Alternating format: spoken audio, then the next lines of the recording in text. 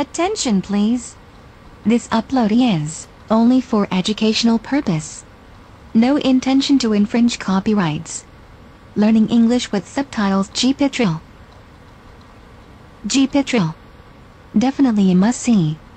Follow us.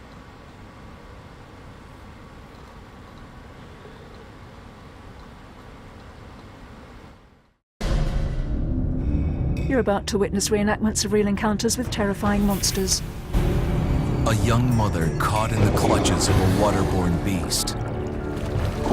She did a big and then she went down so fast. It was like, oh my gosh, she's gone. A mystery that attracted national interest. And some claim government interference.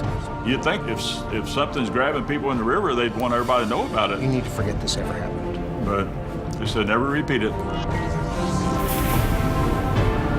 Night watch turns to nightmare as a monster breaks in. I looked in his eyes and I thought, what the hell is this? My first thought was, is this thing going to tear me apart? Children run through woods. A family on a hike. Their kids stalked by the legendary Grassman. The way that my kids acted, there's no doubt in my mind that they saw something big. Caption: Monsters and Mysteries, Green Clawed Beast, Big Muddy Monster, Grassman, a map showing the Ohio River. The Ohio River winds its way west for nearly 1,000 miles. One of the great American waterways. A conduit for commercial craft and leisure time boating. Yet residents around Evansville, Indiana tell a different story about the river. One with a monster lashing out from the muddy deep. Around the Ohio River, I think a lot of strange things do take place here. There's a lot of things that you can't explain. It's a beautiful place, beautiful trees, but a lot of people disappear from the Ohio River, and nobody never knows where they went. They're just gone. Caption: Green Clawed Beast, nighttime, a young couple undress on a wooden jetty. This is so crazy. They strip to their underwear. Come on. You ready? Yeah. Okay. 1, 2, 3. Holding hands, they jump into the water. They surface, then kiss and splash each other. They kick their legs, treading water, face to face.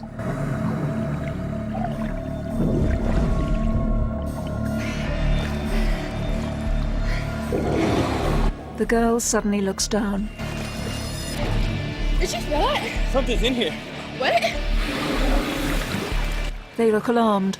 The boy suddenly goes under. Oh my God! The girl looks panicky, then she is dragged under.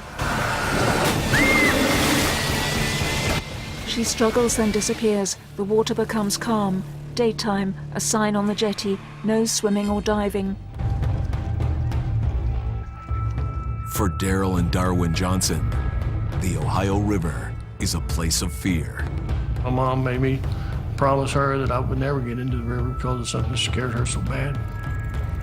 I've always got a gun with me when I'm at the river. Always got a gun. When they were young, the Johnson brothers, along with their sister Sandra, nearly lost their mother to something lurking in the depths. I was only 5 years old at the time. When it's something that traumatic, I think it helps you remember more. It all began on August 14th, 1955. Naomi Johnson took her children and her best friend Louise to a swimming beach along the Ohio River. So, Miss Sandra, you're going to build another sandcastle? Summer was in full swing, and on hot Ohio days, the river's cool current was just the tonic. My mother was a really strong swimmer. She had 4 older brothers, and they made her tough. Never seen her back down from anybody. On that summer day, however, Naomi Johnson wasn't feeling very confident. All right, you guys stay here. We're going to go in the water. She had a strange feeling that day that something was wrong, and she would let me go in the water, and I was mad about it. Naomi's daughter Sandra was also along with her mom that day. She'll never forget it. It was a beautiful, sunny day. She told me to stay on the bank like she always did, so I just was there playing. And Louise, she couldn't swim, so she had a big inner tube she would always get in. Well, Mom would drag her out in the river, and they were out in the river probably 15 or 16 feet. They hang on to the inner tube, smiling. At 16 feet from shore, the women felt safe from the fast currents running in the center of the river. They smile and chat. Beneath the water, their legs kick. A pair of hands grabs the legs. Naomi looks down. She's pulled under.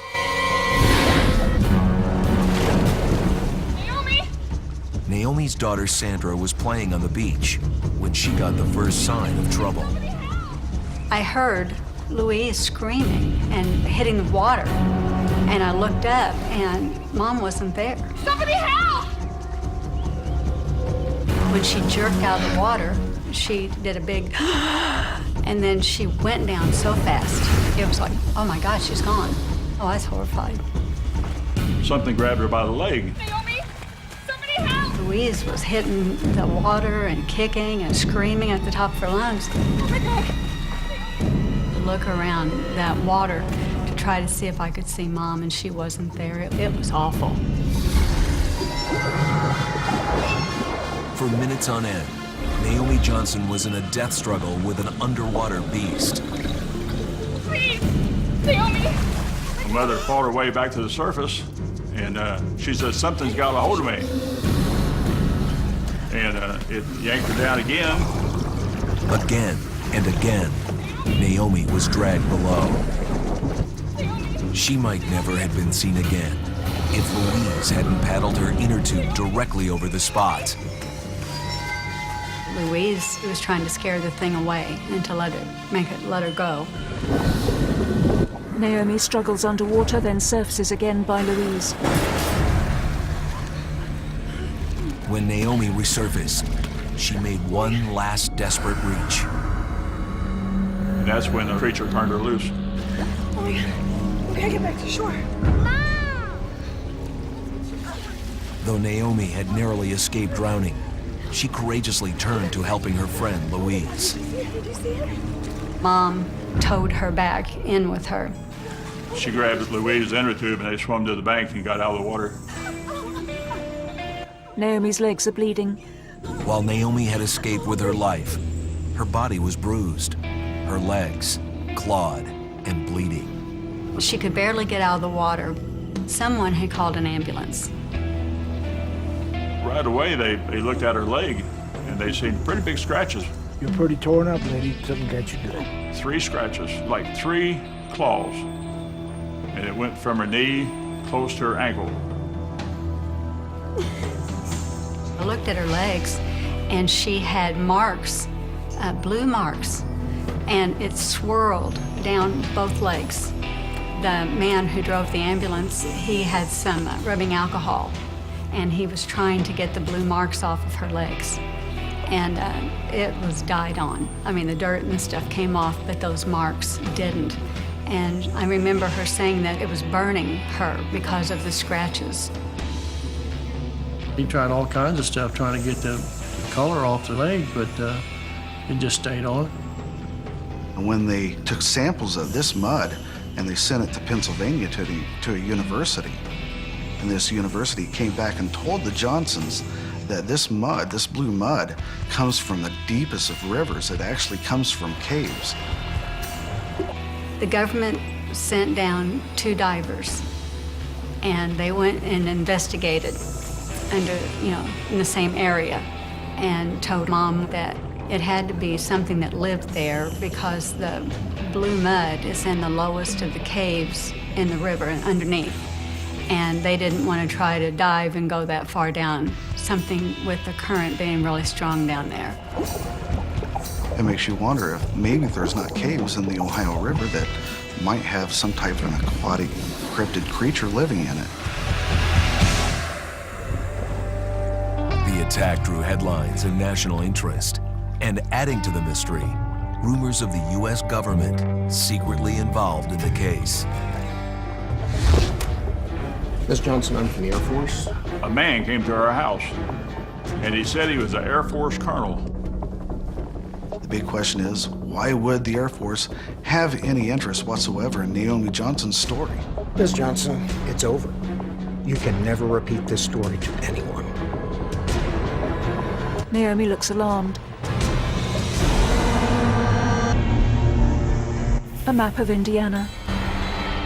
In Evansville, Indiana, during the hot summer, swimming beaches along the banks of the Ohio River can offer refreshing relief. August 14th, 1955 seemed like the perfect kind of day for Naomi Johnson to take her children to play along the shore, while Naomi and her friend Louise relaxed, floating in the shallows of the river. My mom was swimming in the Ohio, and something had grabbed her and pulled her under the water. She fought her way back to the top, and it grabbed her again. Naomi! And to look around that water to try to see if I could see Mom, and she wasn't there. It was awful. Naomi surfaces. Naomi Johnson narrowly escaped drowning. In all the turmoil, she managed to catch one fleeting impression of the monster. Webbed feet. A hairy palm with claws. They grabbed her, and it was really strong. Ever since then, it's been known as the green-clawed beast, a creature that makes no biological sense. Green scales of an amphibian, furry fringe of a mammal, lethal claws of a lizard. The normal rules of nature no longer seem to apply. Naomi Johnson was the only victim in 1955 that reported an attack by the creature in the Ohio River. Yet her case was one more story in a series of outlandish tales at a time when America was anxious about aliens from space and mutant monsters here on Earth. 1954, Universal Studios released a film known as The Creature from the Black Lagoon. It portrays a reptilian humanoid type creature that lurks in the murky water, reaching up to grab the victims with a webbed claw-like hand. Hollywood was caught up with monster mania, but for the Johnson family, the attack wasn't entertainment. Apparently, the U.S. military didn't think so either. Ms. Johnson, I'm from the Air Force. The Air Force? I understand there was something happened to you in the Ohio River. A man came to our house, and he said he was an Air Force colonel. And he talked to her, and she told the whole story. Swimming, and all of a sudden a monster, well, something pulled me down. During the meeting, this colonel had taken substantial notes about her encounter. I was underwater, I was able to see. I know it wasn't an alligator, it wasn't a big fish. It had me by my legs. It was a monster. Big question is, why would the Air Force have any interest whatsoever in Naomi Johnson's story? It was nothing I've ever seen before. Ms. Johnson, it's over. You can never repeat this to anyone. You need to forget this ever happened. He said, now don't ever repeat the story to anyone. And I don't understand what that was all about. You'd think if something's grabbing people in the river, they'd want everybody to know about it. But they said never repeat it. She didn't understand why she wasn't supposed to talk about it to anyone. So when someone would ask her, they'd recognize her, and they would say, you know, it was probably a turtle with seaweed. She'd go, yeah, it probably was. And then they'd say it was a fish or a fin or something tied up down there. That's probably right. And she just didn't talk about it. The U.S. government hasn't acknowledged the incident. Paranormal groups and UFO researchers aren't convinced. The United States Air Force believed that Naomi Johnson may have encountered something unearthly, maybe an alien, maybe a cryptid creature. We don't know. Perhaps the Air Force was getting jumpy. Within the same few days of the green-clawed beast attack, residents in Kelly, Kentucky claimed little green men from space landed in the yard. The Sutton family shut up their own home, fighting off what some consider America's first alien invasion.